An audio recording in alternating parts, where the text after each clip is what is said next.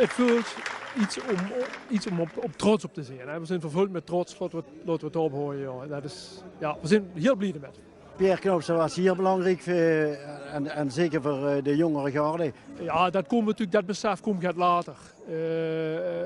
Dat er inderdaad toch wel een grootheid was op dat gebied. Ja.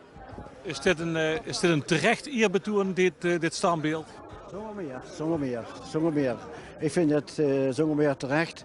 Want ik denk dat we over 100 jaar nog over Pierre Knoopsen. Dat zijn die Toon Hermans. Dat zijn echt grootheden. Maar Toon was hier voor de provincie de gewone buurt, de traditionele buurt. Simpele humor. Hij was geen vettige kalder in. En dat was Pierre. En ik probeer me er ook aan te houden voor gewoon een lompen zijn van net wie Toon Hermans en wie Pierre Knoopsen. En dan hield ze toch hier lang vol. Ik vind het jammer dat Pierre er niet meer is.